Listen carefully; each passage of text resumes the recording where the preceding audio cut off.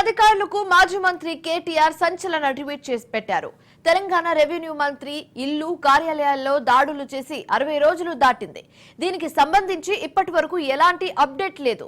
దాడులకు సంబంధించి ఒక్క ఫోటో గాని ఒక్క వీడియో కూడా బయటకు రాలేదని చెప్పారు.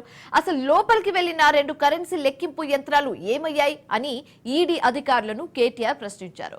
ఈ నిశ్శబ్దం ఎందుకని అడిగారు. కాగా గతంలో కస్టమ్స్ సూకం ఎగవేత మనీ లాండరింగ్ కేసుల నేపథ్యంలో ఈడీ అధికారులు మంత్రి పొంగులేటి శ్రీనివాస్ రెడ్డి నివాసంలో దాడులు నిర్వహించిన విషయం తెలిసిందే. మొత్తం ఢిల్లీ నుంచి 16 ఈడీ బృందాలు హైదరాబాద్ కు చేరుకొని ఏకకాలంలో హైదరాబాద్ ఖమ్మంలోని 15 ప్రాంతాల్లో దాడి నిర్వహించాయి.